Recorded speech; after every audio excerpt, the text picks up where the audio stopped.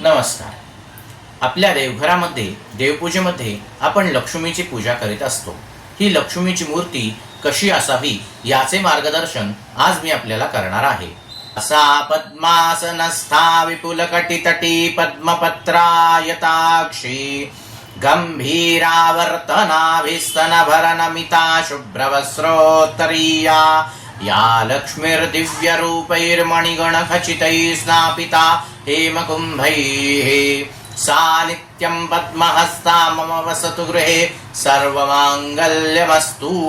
या मंत्राप्रमाणे लक्ष्मी देवी ही कमळावर बसलेली आहे. तिचे डोळे हे कमळाप्रमाणे आहे.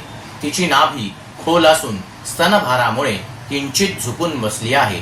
तिच्या अंगावर पांढऱ्या शुभ्र रंगाची साडी आणि पांढरी चोळी आहे. तिने आपल्या अंगावर अलंकार धारण केले आहे. तिने आपल्या हातांमध्ये कमळे धारण केलेली आहे.